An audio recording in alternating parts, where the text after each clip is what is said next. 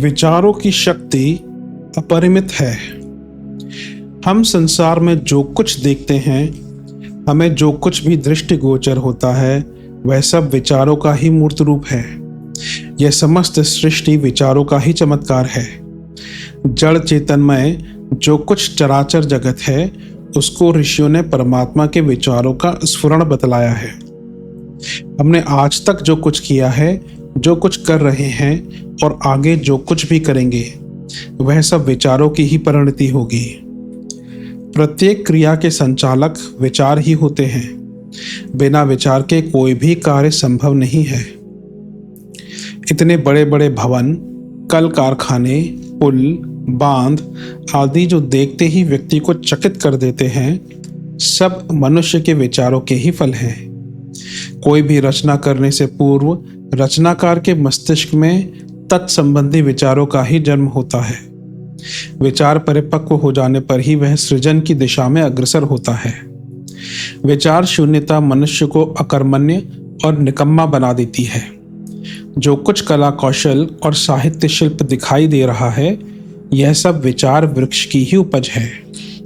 किसी भी कार्य के प्रेरक होने से कार्य की सफलता असफलता, अच्छाई बुराई और उच्चता निम्नता के हेतु भी मनुष्य के अपने विचार ही हैं। जिस प्रकार के विचार होंगे, सृजन भी उसी प्रकार का होगा। नित्य प्रति देखने में आता है कि एक ही प्रकार का काम दो आदमी करते हैं। उनमें से एक का कार्य सुंदर, सफल और सुघड़ होता है और दूसरे का नहीं। एक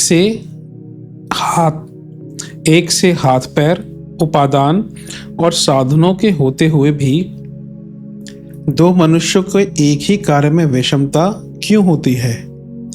इसका एकमात्र कारण उनकी अपनी अपनी विचार प्रेरणा है। जिसके कार्य संबंधी विचार जितने सुंदर, सुघड़ और सुलझे हुए होंगे, उसका कार्य भी उसी के अनुसार उदात्त होगा। जितने भी शिल्पों, शास्त्रों तथा साहित्य का सृजन हुआ है, वह सब विचारों की ही विभूति है। चित्रकार नित्य नए नए चित्र बनाता है। कवि नित्य नए काव्य रचता है। शिल्पकार नित्य नए मॉडल और नमूने तैयार करता है। यह सब विचारों का ही निर्माण है। कोई भी रचनाकार जो नया निर्माण करता है, वह कहीं से उतार कर नहीं लाता और ना कोई अदृश्य देव ही उसकी सहायता करता है। वह यह समस्त नवीन रचनाएं अपने विचारों के ही बल पर करता है। विचार ही वह अद्भुत शक्ति है जो मनुष्य को नित्य नवीन प्रेरणा दिया करती है। भूत, भविष्यत और वर्तमान में जो कुछ दिखलाई दिया, दिखलाई देगा और दिखलाई दे रहा है, वह सब विचारों में वर्तमान रहेगा और वर्तमान है। तात्पर्य यह कि समग्र त्रैकालिक कर्तृत्व मनुष्य के विचार पटल पर अंकित रहता है। विचारों के प्रतिबिंब को ही मनुष्य बाहर के संसार में उतारा करता है। जिसकी विचार स्फुरणा जितनी शक्तिमती होगी, उसकी रचना भी उतनी ही सबल एवं सफल होगी। विचार शक्ति जितनी उज्जवल होगी, ब्राह्म प्रतिबिंब भी उतने ही स्पष्ट और सुबोध होंगे। मनुष्य की विचार पुटी में संसार के सारे श्रेय एवं प्रेय सन्निहित रहते हैं। यही कारण है कि मनुष्य ने न केवल एक अपितु असंख्य क्षेत्रों में चमत्कार कर दिखाए हैं। जिन विचारों के बल पर मनुष्य साहित्य का सृजन करता है, उन्हीं विचारों के बल पर कल कारखाने चलाता है। जिन विचारों के बल पर वह आत्मा और परमात्मा की खोज कर लेता है, उन्हीं विचारों के बल पर खेती करता और विविध प्रकार के धन धान्य उत्पन्न करता है, व्यापार और व्यवसाय करता है। यही नहीं, जिन विचारों की प्रेरणा से वह संत, सज्जन और महात्मा बनता है, उन्हीं विचारों की प्रेरणा से वह निर्दयी अपराधी भी बन जाता है। इस प्रकार सहज ही समझा जा सकता है कि मनुष्य के संपूर्ण व्यक्तित्व तथा कर्तृत्व में उसकी विचार शक्ति ही काम कर रही है। एक दिन पशुओं की भांति सारी क्रियाओं में पूर्ण पशु मनुष्य आज इस सभ्यता के उन्नत शिखर पर किस प्रकार पहुंच गया? अपनी विचार शक्ति की सहायता से। विचार शक्ति की अद्भुत उपलब्धि इस सृष्टि में केवल मानव प्राणी को ही प्राप्त हुई है। यही कारण है कि किसी दिन पशुओं के समकक्ष मनुष्य आज महान उन्नत दशा में पहुंच गया है और अन्य सारे पशु पक्षी आज भी अपनी आदि स्थिति में उसी प्रकार रह रहे हैं। पशु पक्षी नीड़ों और निवीड़ों में पूर्ववत ही निवास कर रहे हैं, किंतु मनुष्य बड़े बड़े नगर बनाकर सुविधाओं के साथ रह रहा है। यह सब विचार कला का ही तो विस्मय है। विचारों के बल पर मनुष्य न केवल पशु से मनुष्य बना है, बल्कि वह मनुष्य से देवता भी बन सकता है। विचार प्रधान ऋषि, मुनि, महात्मा और संत मनुष्य से देवकोटि में पहुंचे हैं और पहुंचते रहेंगे। मनुष्य आज जिस उन्नत अवस्था में पहुंचा है वह एक साथ एक दिन की घटना नहीं है। वह धीरे धीरे क्रमानुसार विचारों के परिष्कार के साथ आज इस स्थिति में पहुंच सका है। ज्यों ज्यों उसके विचार परिष्कृत, पवित्र तथा उन्नत होते गए, उसी प्रकार अपने साधनों के साथ उसका जीवन परिष्कृत तथा पुरस्कृत होता गया। व्यक्ति व्यक्ति के रूप में भी हम देख सकते हैं कि हम मनुष्य जितना सभ्य, सुशील और सुसंस्कृत है, अपेक्षाकृत दूसरा उतना नहीं।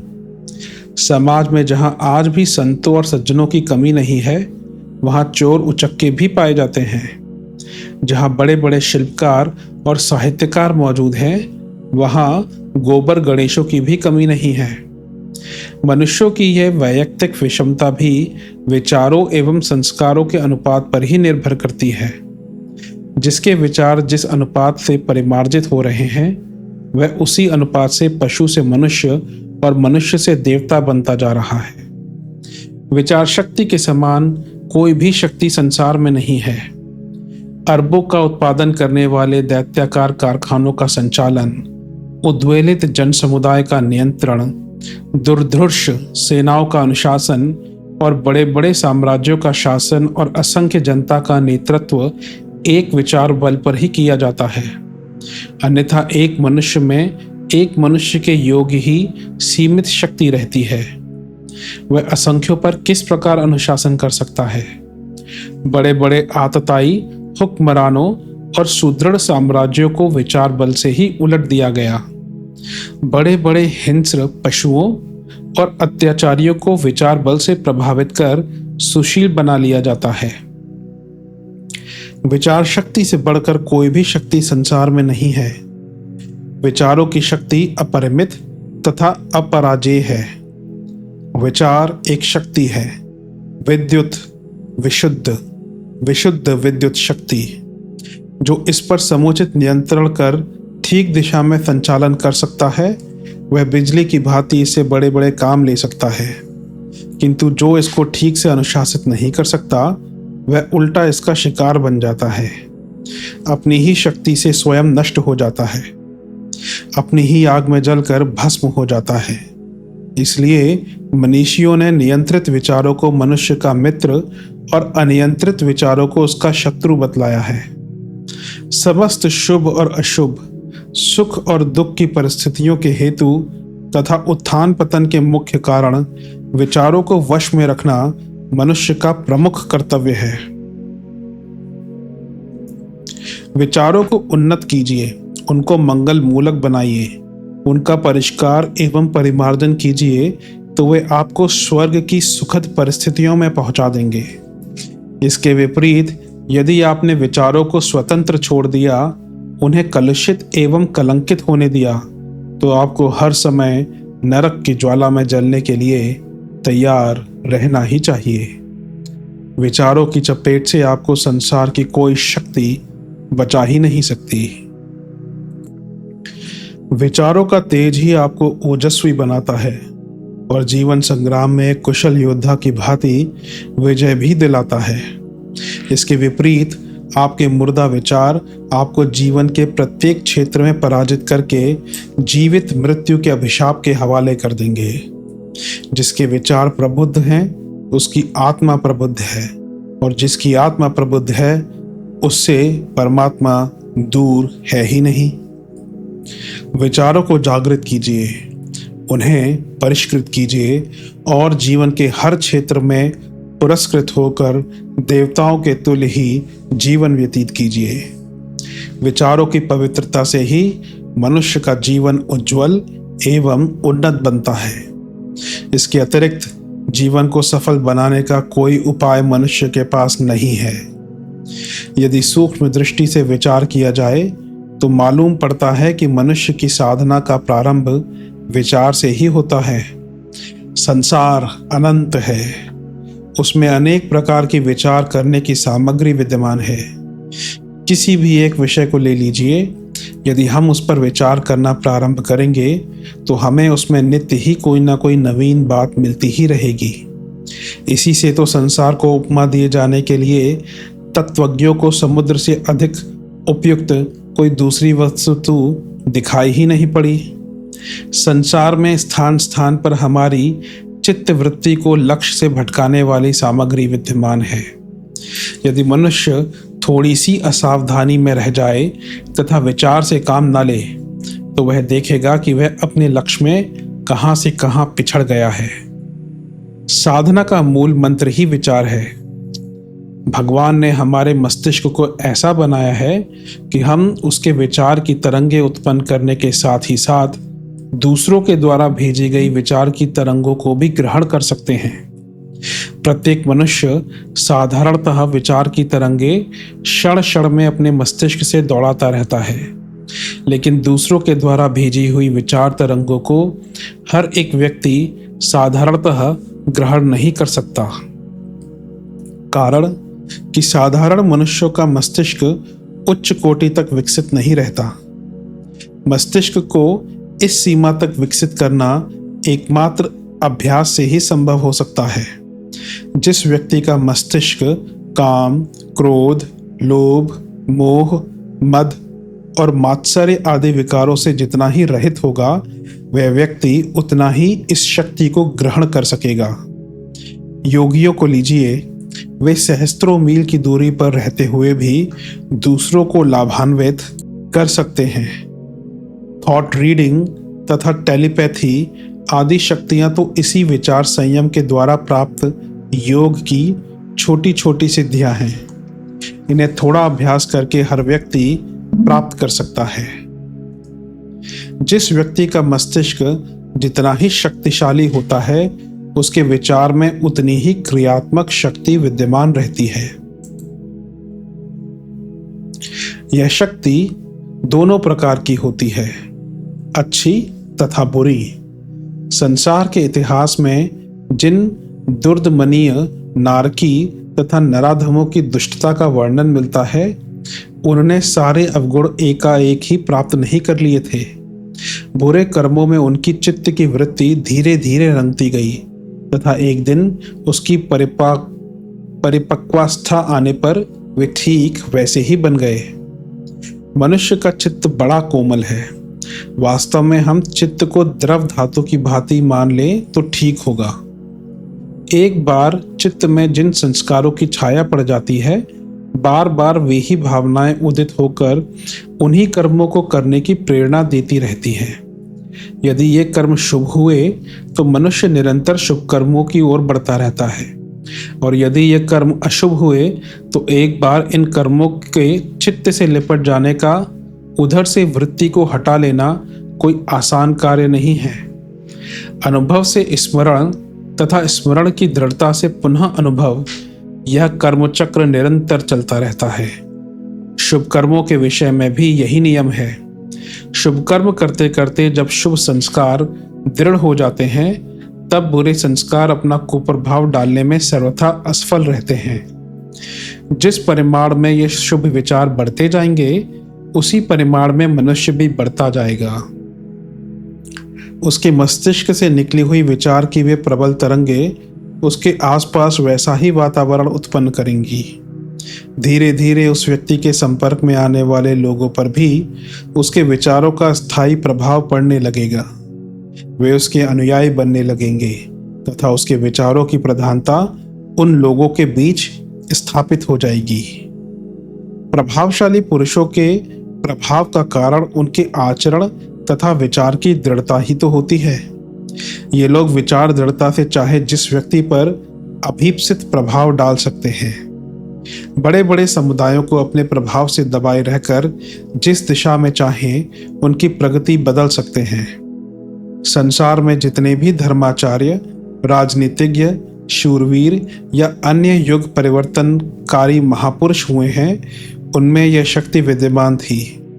यही कारण था कि उनका एक एक शब्द संसार में हलचल मचा देता था। वे जिस दिशा में मुड़ते थे, सारा संसार मंत्रमुग्ध की भांति उनके पदचिन्हों पर चल देता था। वास्तव में विचार की शक्ति अपरिमेय है। विचार ही शक्ति का सर्वोच्च उद्गम है। जब हम इसकी शक्ति को जान लेंगे, तब हमारा आधा मार्ग बिना परिश्रम के ही समाप्त हो जाएगा। वस्तुतः विचार में बड़ी शक्ति है। सद्विचारों का प्रभाव तो मन में सदा ही चलता रहना चाहिए। विचार जब परिपक्वावस्था पर पहुंच जाएगा तो वह आचरण का रूप धारण करेगा।